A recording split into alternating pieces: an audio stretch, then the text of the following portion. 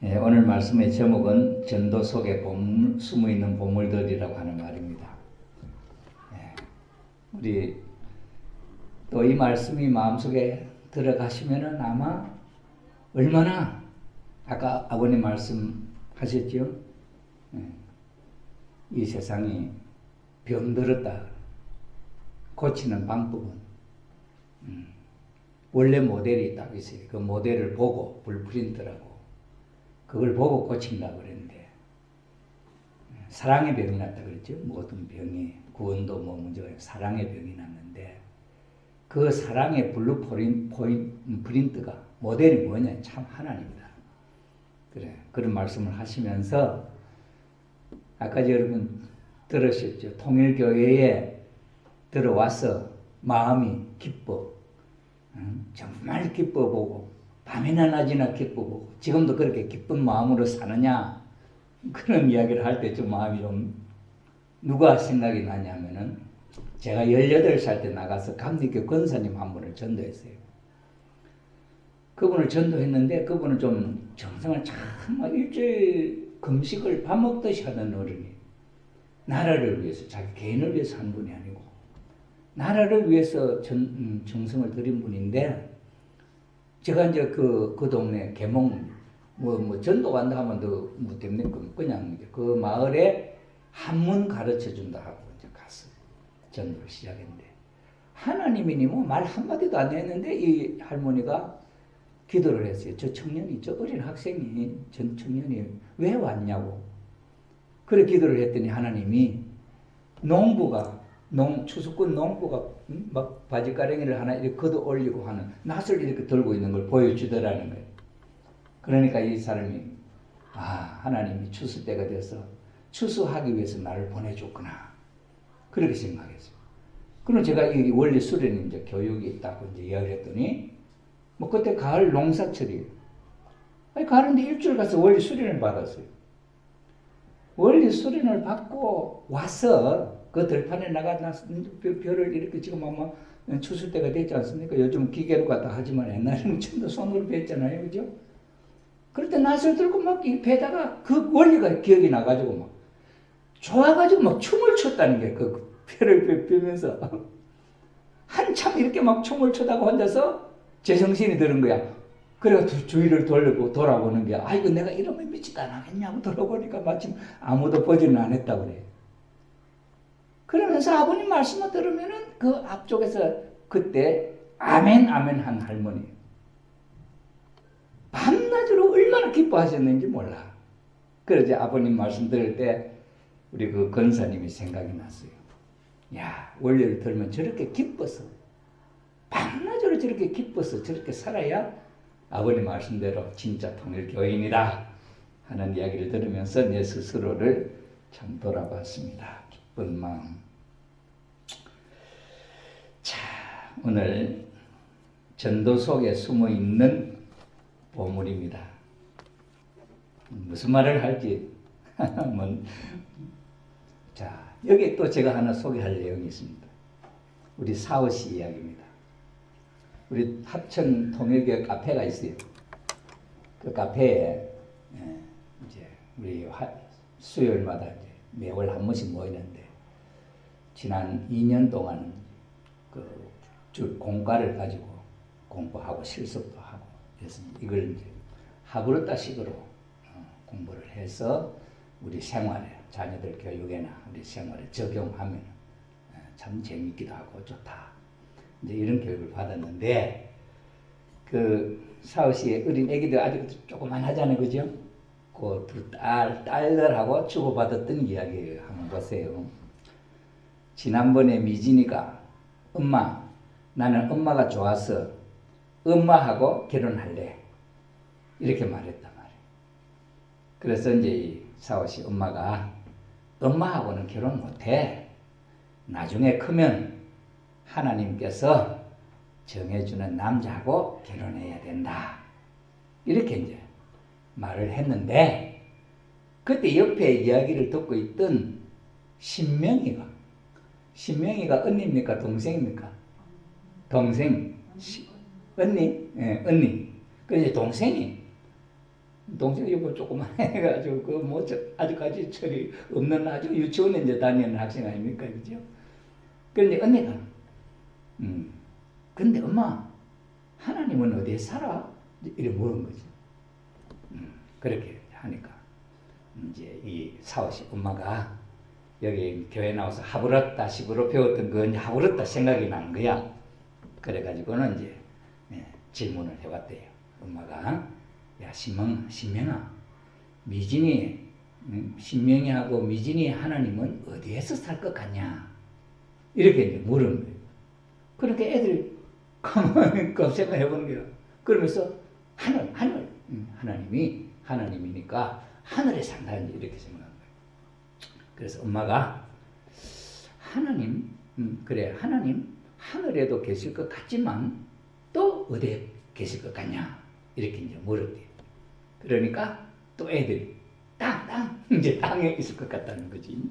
땅에 계신다. 그래 엄마가 그래요. 땅에도 계시겠는데 하나님은 하늘 땅에 계신다는 모습을 그게 볼 수 있어요?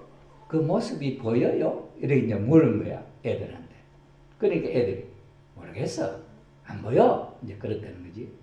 그러니까 엄마가 하나님은 눈에 보이지 않아요. 그러면 어디에 계실까? 이제 이렇게 이야기했어요. 그래 애들이 몰라 이제 했겠죠. 그래 엄마가 하나님은 사랑하고 싶은 마음이 하나님이란다. 그냥 하나님은 안 보이니까 그걸 이제 어떻게 설명하는? 하나님은 우리가 사랑하고 싶은 그 마음이 하나님이란다. 그러니까 신명이 미진이도 누구를 사랑하지? 이런 이제 물음. 엄마 아빠 사랑하지? 이제 이렇게 물음. 그래 사랑하고 싶지요? 이제. 엄마도 신명이 미진이 보면 사랑하고 또 더 사랑하고 싶어요. 그러니까 아이들이 이러면 진지하게 이제 들었다는 거죠. 그래 엄마가 그 사랑하는 마음이 하나님의 마음과 똑같으면 자 하나님은 그러면 하나님 어디 계실까? 이래 물었어. 그러니까 이제 애들이 가만히 생각하면서 아직 말을 이제 못해요. 그래서 이제 엄마가 사랑하고 싶은 마음이 내 자신 안에 있으면 그것이 하나님이란다. 뭡니까? 사랑하는 그 마음이 하나님이다. 그랬으니 내 마음속에서 내가 사랑하고 싶은 마음이 있으면 그 사랑하고 싶은 그 마음이 하나님이다. 이렇게 이야기한 거죠. 그래 누구 마음속에 하나님이 계실까? 애들한테 물었어요. 그러니까 애들이 내 안에 이제 이렇게 이야기하는 거예요. 왜 자기들 엄마도 사랑하고 아빠도 사랑하니까. 예. 그 초대기 뭡니까 미진이가 나 엄마 좋아하니까 엄마하고 결혼할래 이랬잖아. 응? 사랑이라는 말로 갖고 연결시켜 나가는 거죠. 그래 내 안에 하니까 그래 미진이 동생이죠. 미진이가 더 큰 소리를 했대 이제. 그래서 그래 신명이 미진이 마음속에 하나님은 계신다. 엄마 마음속에도 계시고 이랬다는 거예요. 그러니까 애들이 그럼 아빠는 이제 이래 물은 거예요. 그러니까 물론 아빠 마음속에도 계시지 하나님이. 그래서 항상 하나님은 우리와 함께 계시는 거야. 이렇게 애들하고 이야기했다는 거예요. 여러분 마음 어떻습니까? 제가 지난 여름에 그 우리 초등학교 주일학생들 말이에요. 초등학생들 모아놓고 이제 원리 방중 수련이 있었단 말이에요. 근데 방중 수련이 있는데 여러분 그때 주제가 이제 창조 원리고 하나님인데 여러분 하나님 있어요 없어요? 그러니까 아무도 있다는 자신 있게 말하는 사람 아무도 없어요. 없어요 하는 소리가 더 커. 그래서 내가 참 충격을 받았는데 야 우리 엄마들이 하나님에 대한 교육을 이세 어린이 애들 키우면서 한 번도 안 했구나 하는 생각이 들어가더라고요.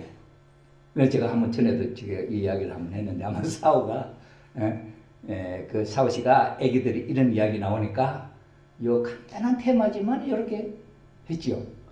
사랑 내 마음속에 하나님 보이지도 않는데 애들이 어떻게 알겠어? 너가 누구 사랑하고 싶은 마음 생기지. 그게 하나님이야. 그게 하나님이야. 하나님 얼굴도 안 보이지만은 그게 하나님이야. 그러니까 자기가 엄마도 좋아하고 아빠도 좋아하는 마음이 자기 속에 있다는 느끼니 하나님 어디 있어? 내 마음에. 금방 답이 나오잖아요. 그죠? 자, 이렇게 이야기를 했는데 참 멋지게 했잖아요. 그죠? 이게 하브르타식이에요. 아마 이렇게만 한다면 앞으로 사오씨 가정에는 그 미진이, 또 누구야? 이름이 둘이 누구야? 미진이하고 신명이 잘 지도를 할 것 같다 싶어. 오늘 우리 식구님들 가정에서 자녀들과 대화할 때 이런 마음을 가지고 대화를 한다면은 정말 잘하는 교육이다. 여러분 이거 몇 점 주고 싶어요? 100점. 격려의 박수 한번 합시다. 네. 그래서 제가 이제 조금 코칭 우리 그 게시판 합천교회 게시판이 있어요. 거기에 그 여자들 우리 종종 메시아 하브르타 그 교육 이관 거기다 올려놨어. 그래서 제가 이제 이렇게 이야기를 했는데 참 잘했지 않을 거죠? 그냥 그 목적 아까 거의 설명이 다 나와 있습니다만 하나님이 어디에 계실까? 누구와 함께 있을까? 하는 걸 실질적으로 연결된 것이 정말 나하고 참 있는 것 그런 걸 느끼게 해주는 그런 걸 했고 거기서 조금 더 이제 우리가 생각 좀 달리하면 나 엄마하고 결혼하고 싶어. 보통 딸내들이 그 아빠하고 결혼한다 소리 잘해요. 이제 조금 크면 이제 할 때 아직 지금 여기 저 유치원에 금방 들어갈 정도 나이니까 엄마하고 결혼하겠다 했단 말이에요. 그 조금 이제 커가지고 아빠하고 결혼하겠다 하면은 아빠가 이미 엄마하고 결혼해 있다는 걸 느끼고 엄마한테 라이벌의식을 느껴서 막 이런 사춘기가 나타나기도 합니다. 근데 지금은 남자가 여자하고 결혼하는지 그건 몰라요. 좋은 사람하고 그저 살고 결혼하니까 같이 살고 그 의식 속이 그러니까 딱 엄마 너 엄마하고는 결혼 못해 이렇게 말을 딱 잘라버리지 말고 그래 엄마하고 결혼하고 싶지 그래 왜 어떻게 왜 그래 사랑하니까 뭐 이런 식으로 이제 하지. 그래서 그 말을 좀 더 어떻게 해서 사랑하고 싶은지 그런 말로 자꾸 더 유도를 해주면은 참 좋은 이제 질문인데 엄마하고 못해? 그러면 엄마하고 결혼하고 싶었던 마음이 막 죽어버려요. 그럼 다시 다른 생각이 안 나버린단 말이에요.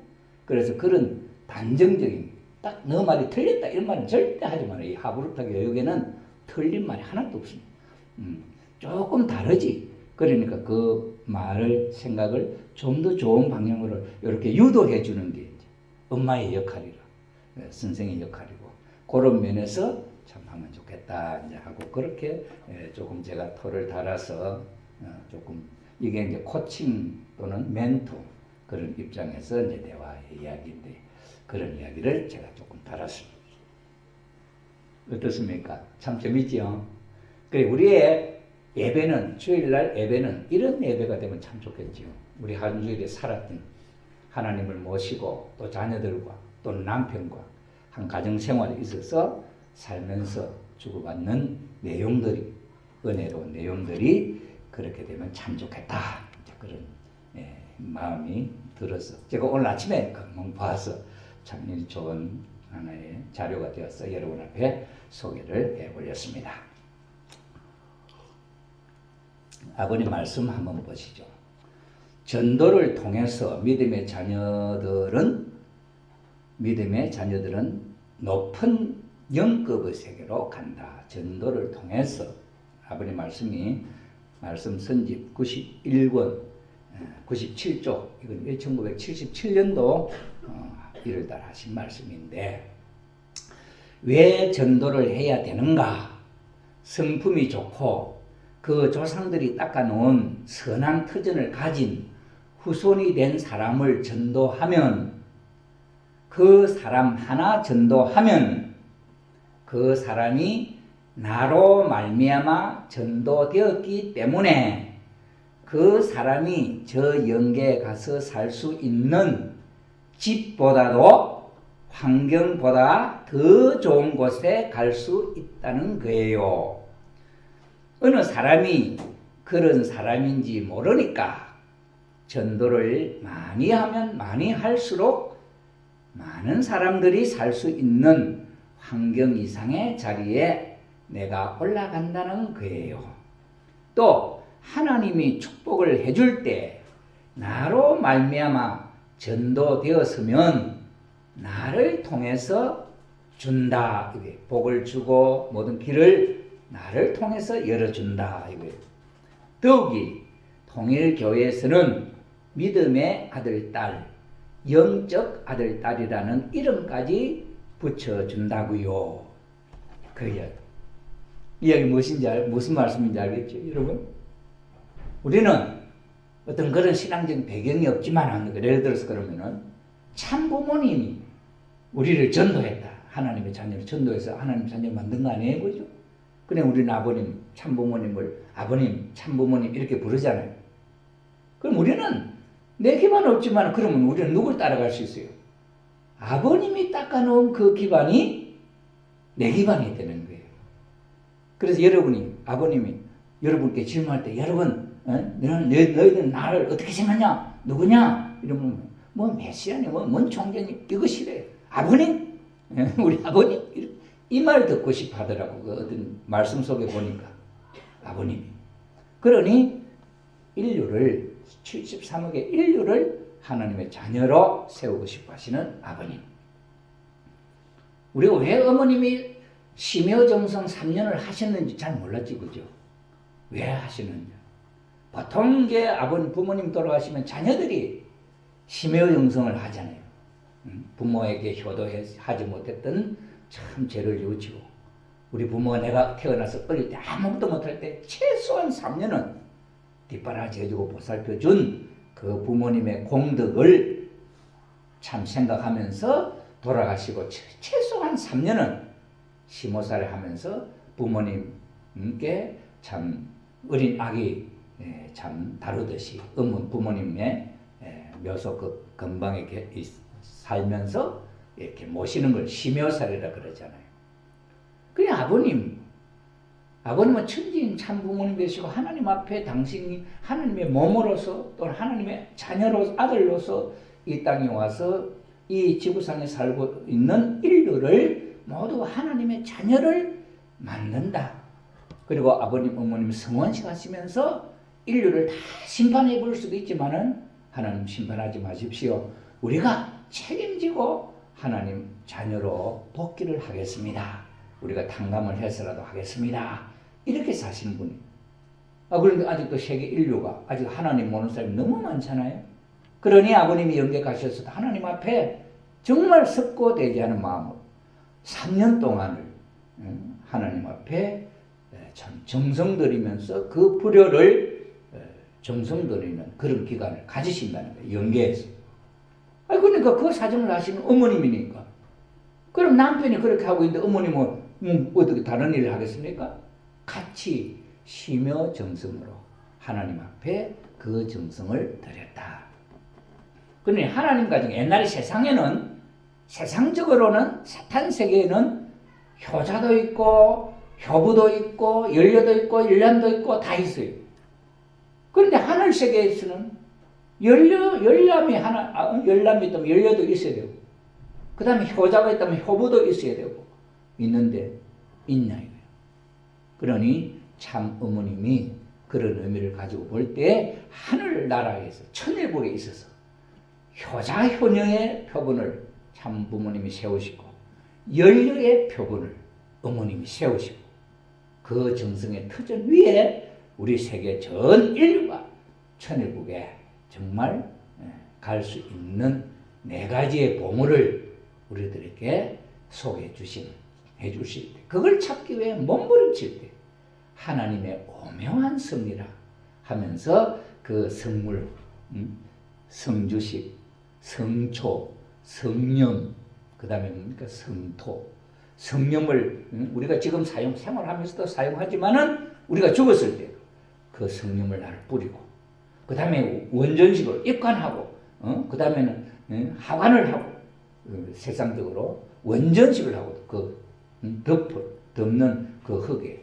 성토 본향 땅의 그 성토를 가지고 덮어주면 정말 우리가 몽땅 하나님 앞에 갈 수 있는 조건이 된다. 이것을 하나님이 허락해 주셔서 받았다. 그게 하나님의 오묘한 섭리로 우리들에게 받아서 전수해 준 1007 성물이다. 그걸 우리가 조그마한 정성, 13만 헌금하는 조그마한 정성으로 그 큰 축복 앞에 우리가 보답하는 마음으로 돌리고 있다 하는 것이고, 자, 이게 부모님이 닦아놓은 공을 우리가 받는 것이고, 그 다음에 여러분이 주의 한번 보세요. 돈 많은 사람도 있고, 돈 많은 사람이 여러분 도둑질해서 돈 많은 거 아니잖아요.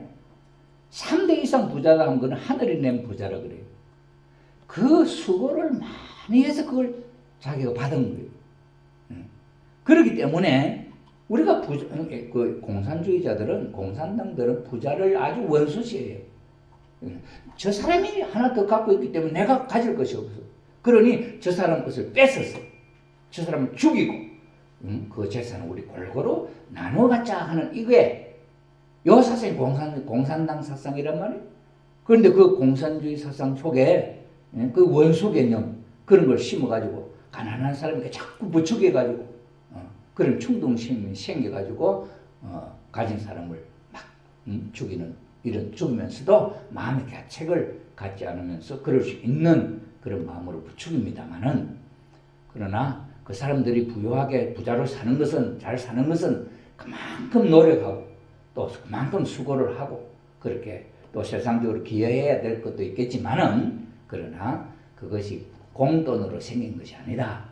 이렇게 생각을 해본다면은, 그냥 우리 통일교 우리 식구님들은 그런 좋은 방향으로 생각해야 되지 않겠어요? 아무리 도둑질 해서 했다 하더라도 뭐 도둑질 확실히 모르면은 그럼 도둑놈 물건이다 하면서 또 작물을 부러워하는 마음이 그 나쁜 마음이지만은, 그러나 정상적으로 부를 누리는 부자들은, 옛날 부자들 많지 않습니까? 저 하동의 부자, 또 어디 경주의 어디 부자, 최씨 부자, 이런 부자들 많지 않아요? 그 사람들이 얼마나 선한 공적을 쌓았는지 몰라. 그 부모 3대가. 이런 입장에서 볼 때 그 부자들의 그 부를 얼마나 부러운 거예요. 나는 가난하지 않아요. 그러면은 영계에 가면은 복 받을 수 있는 길이 뭐예요? 그 사람을 전도해서 하나님의 자녀 만들면 그 복이 내 복되고, 그 다음에 도인들이 정성 들여가지고 도 닦아난 그 도의 급수가 내가 그 사람을 전도해서 이끌므로 말미암아 그 사람이 닦아놓은 그 복의 자리가 내 자리가 될 수 있다. 저는 이걸 참 많이 느낍니다. 제가 외국에 선교 나가가지고 고생할 때도, 아까도 이야기했지만 제 그 감리교에 나가던 그 권사님 전도하고 나서 나라를 위해서 자기 모든 재산을 몽땅 바치고도 기뻐하면서 나라를 위해서 정성 들였던 그분이 나를 위해서 기도해 주니까 그 정성의 기반 위에 내가 일을 할 수 있더라. 얼마나 힘이 되는지 몰라요. 그러니 아까 우리 말씀 제목이 뭡니까? 전도 속에 숨어있는 보물.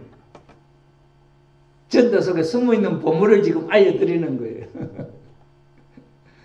예, 여러분 주위에 정성 들이고 여러분 주위에 잘 사는 분 계시면은 그분을 그러면 어떻게 하면 전도할 거냐 생각할 거 아니에요? 그럼 하늘 앞에 하나님, 저 사람을 하늘 앞에 세우면은 어머님의 복겠습니다. 참부모님의 복겠습니다. 좋을 텐데 내가 이렇게 못 살고 꼬라지가 이런데 어떻게 하면 전도할 수 있겠습니까? 그럼 그 사람이 부러워할 수 있는 게 뭐냐? 우리가 갖고 있을 때 내가 갖고 있는. 그럼 최소한의 그 사람이 물질적으로 많이 갖고 있지만은 그 사람이 부러워하는 내가 뭐 있을 거야? 부부간에 서로 아껴주는 정성의 모습, 부모가 자식을 귀하게 참 사랑스럽게 가르치는 그 모습, 뭔가 한 가지 부러워할 거는 있을 거란. 그럼 그걸 조건을 가지고 그 사람과 연결을 시켜 하나님 앞에. 그래서 그 사람 하나님을 믿게 하는 공을 세운다면 그 복이 내 복이 된다. 연계가 믿으면 부모와 자식이 되는데 같은 복 아닙니까? 그지? 이런 내용을 중심 삼고 전도 속에 숨어있는 복이라고 하는 거예요. 놀라운 거예요. 여러분 그 정성도 안 드리고 하늘 복 받겠습니까? 그걸 하면 이제는 더더구나 지금은 천일국 시대예요. 이제는 이 세상에 있는 모든 세상의 인연을 다 정리하고 천일국의 하나님의 자녀로 복귀해 드리려고 하는 천운이 그런 속에 와 있기 때문에 우리는 정말 마음을 하나로 해서 정성을 드리면 그런 귀한 복이 내 복으로 올 수 있는 그런 비밀이 있다. 그게 어디 속에? 전도 속에 숨어 있는 하늘의 천복의 복물이 거기 있다는 걸 우리가 알 수가 있습니다. 아버님 말씀에 또 이런 게 있습니다. 여러분이 전도를 하는 것은 첫째, 가인을 만들기 위한 것이요. 둘째, 아벨의 자리를 결정짓기 위한 것이고, 따라서 아벨적인 입장에서 전도하는 여러분은 하나님 대신의 입장인 것입니다. 또한 여러분은 하나님을 중심 삼고 예수님을 대신하여 종의 입장을 복귀하는 시대에 조상들이 하지 못하였던 것을 대신해서 복귀하고 있는 것입니다. 이렇게 해서 아담 시대로부터 노아, 아브라함, 모세, 예수 시대를 거쳐 올라오는 것입니다. 예수 시대에 와야 가인 아벨이 결정되는 것입니다. 예수님 시대 이전에는 전부 다 양자의 자리에 있었다는 것입니다. 그런데 우리가 하나님의 아들의 자리, 자녀의 자리에 올라가는 방법은 가인 아벨을 세우는 거예요. 내가 전도를 해서 세상 하늘을 모르는 사람을 한 사람 세움으로 말미암아 가인 아벨이 세워지게 되고, 아벨이 가인을 사랑해서 하나만, 정말 그 전도한 사람을 사랑해서 하나만 딱 되면은 가인 아벨이 일체가 돼요. 그 무슨 조건이 됩니까? 부모가 복귀될 수 있는 조건이 돼요. 내가 하나님 앞에 하나님의 아들, 하나님의 자녀로 복귀되는 자리가 확립이 되는 거예요.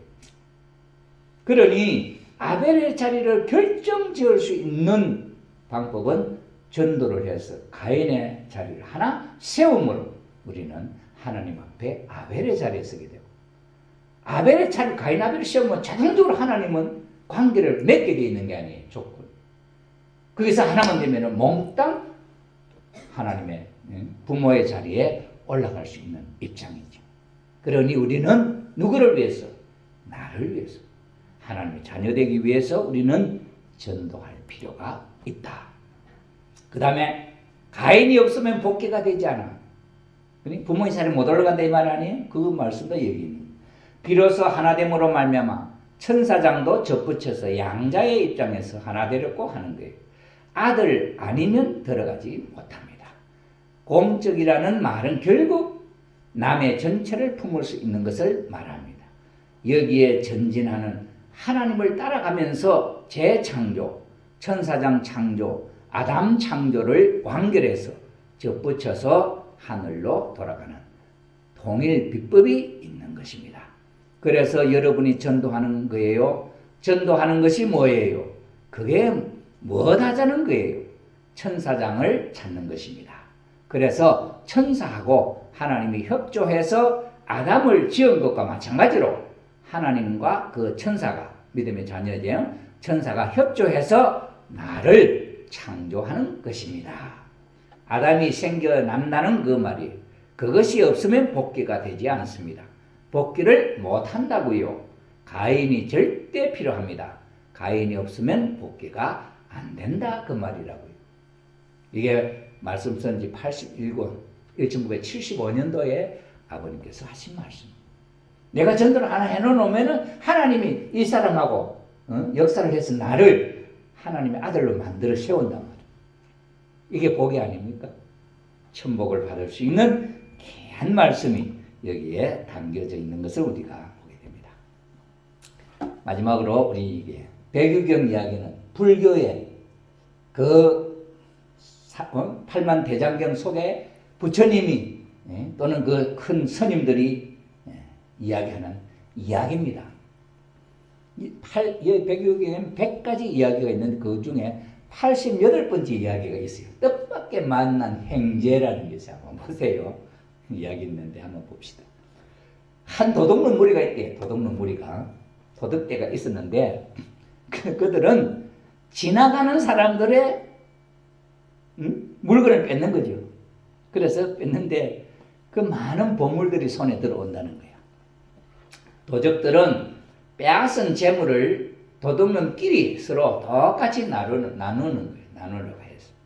그래서 보물은 종류가 여러 가지 있는데 도둑들은 각각 그 보물들 뭐 전당, 향이라는 게 있고 유리, 만호, 진수, 금, 은, 호박 이건 옛날 보물 이름입니다. 뭐 지금 말하면 뭐 어떤 거예요. 뭐 진주 목걸이, 뭐 금목걸이, 뭐 다이아몬드 반지, 뭐 이런 말들이 있겠죠. 그래 이런 보물들을 이제 도둑들이 막 훔쳤단 말이에요. 그래가지고는 그 도둑놈들끼리 다 같이 나눈다는 거예요. 그런데 금강석이라는 건 아직 가공되지 아니한 다이아몬드 이런 거란 말이죠. 예, 금강석이 이제 있었는데 그거는 원 금강석의 돌덩이야. 그런데 더러운 것이 묻어가지고 막 거기에 막 돌멩이 막 이런 잡것이 붙어가지고 아무도 이거는 아이고 돌멩이다 막 이런 식이야. 안 하려는 거예요. 그런데 우두머리가 이걸 나눠주면서 보니까 조금 이제 도적 가운데서 못난 사람, 조금 부족한 사람 뭐 이런 사람이 있었던 거예요. 그래서 이제 이 도둑놈 두목이 야 이거 네가 가져 이라고 줬다는 거예요. 그래서 이제 두목이 주니까 두목님 저는 손해가 큽니다. 이 금강석 이제 이걸 더 팔아갖고는 다른 사람은 다 좋은 거 주는데 하나님 저는 돌멩이 이거 줍니까 이런 식이지. 그래서 야 싫으면 갖지 않아도 돼 하고 뺏으려니까 아니에요 하면서 가져간 거예요. 그래서 우두머리가 금강석을 다시 거두려고 하자 그 못난 도둑은 사람은 그것이라도 받지 않으면 손해날 것 같으니까 그걸 이제 배당받았다는 거예요. 이래가지고 이 못난 그 도둑은 그 사람은 그걸 가지고 바로 마을로 내려가가지고 보석상한테 그 보물을 이제 전문적으로 사고 팔고 하는 보석상한테 그걸 팔은 거야. 찾아가서 팔다가 보니까 보석상에 보니까 그 금강석이 아주 값진 금강석이야. 근데 도둑들은 그걸 몰라보고 요 사람은 그걸 이제 전문가니까 알아본 거지요. 그래가지고는 보석상에서 그걸 비싸게 산 거야. 비싸게 사서 돈을 세보니까 다른 도둑놈들이 배당받은 것보다 배로 많은 거예요, 배로. 껍질이 많은 거예요. 그래, 여러분 어떻습니까? 행제 받으세요? 행제 안 만났어요? 못난 사람, 어리석은 사람에게 턱 던져주는 건데, 받고 보니 그게 행제더라. 옛날에 우리 일제시대에 은양 가면 말이에요. 은양에 참 옥돌이 많이 나요, 옥. 은양옥을 우리 한국에서는 제일 귀한 옥으로 알아주는 보물이 나는 것이. 그냥 일제시대는 그때 우리들은 그걸 몰랐어. 옥인 줄 몰라. 그래서 밭을 매다 보면 모난 돌멩이 아주 것도 야물잖아요. 그걸 전부 다 돌멩이라고 막 던지내서 개울로. 그럼 개울에는 그 돌이 수두룩한 거지. 막 돌멩이 걷어냈으니까. 그런데 일제시대에 이제 일본 사람들이 들어와고 어떤 사람 보니까 이 돌을 이제 옥돌을 알아보는 사람이 이제 거기 왔어. 그래가지고 그 돌멩이를 딱 보니까 이 돌이 귀한 옥돌이라. 이걸 보물이다, 보석이다, 이렇게 하면은 이 사람들이 막 서로 막 주워갈 거니까. 그러니까 일본 사람이 참 깨를 부렸어.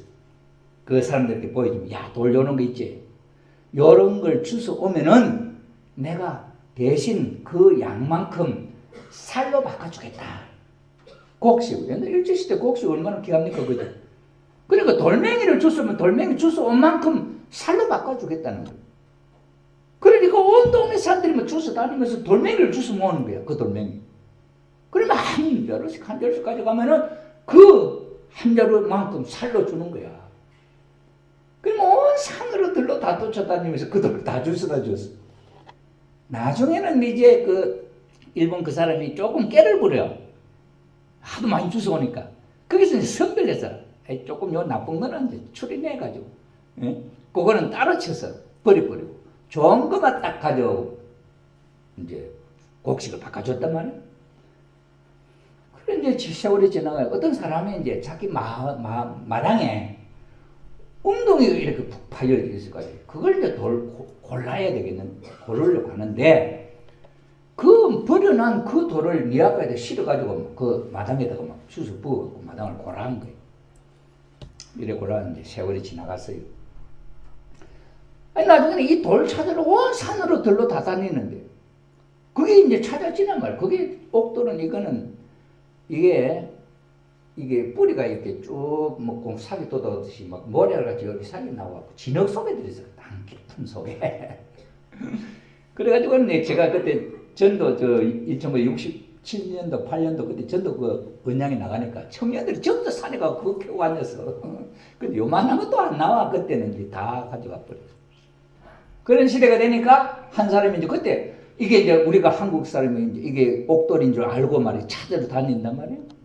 그래 그때 이제 옛날 생각이 나는 게 그때 내가 우리 마당에 웅덩이가 있어서 그걸 주워 넣고 덮었는데 그 생각이 난 거예요.